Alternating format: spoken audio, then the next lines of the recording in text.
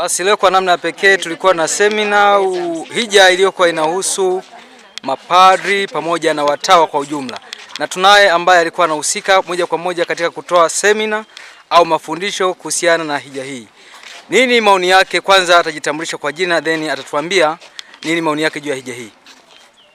Mimi ni Padre Titus Amigu wa jimbo la Lindi, lakini nafanya utume wangu jimboni Mwanza katika chuo kikuu cha Mtakatifu Agustino. Maoni yangu kuhusu jambo hili tulilofanya leo ni maoni ya furaha tu, kwamba nimekutana na mapadre na watawa wote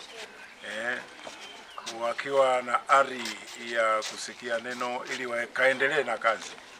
Basi tumepeana jambo ambalo tumesikilizana, bila shaka kwamba sisi wote tuna udhalili fulani, lakini tukifika kwa Yesu Kristo na tukimruhusu Yesu Kristo kufanya kazi pamoja na sisi, tunaweza kumfanyia Mungu kazi nzuri.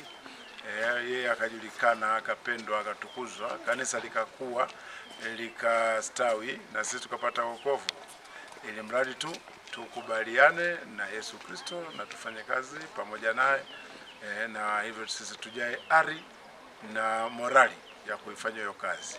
Asante sana Father, una siku njema. Asante sana.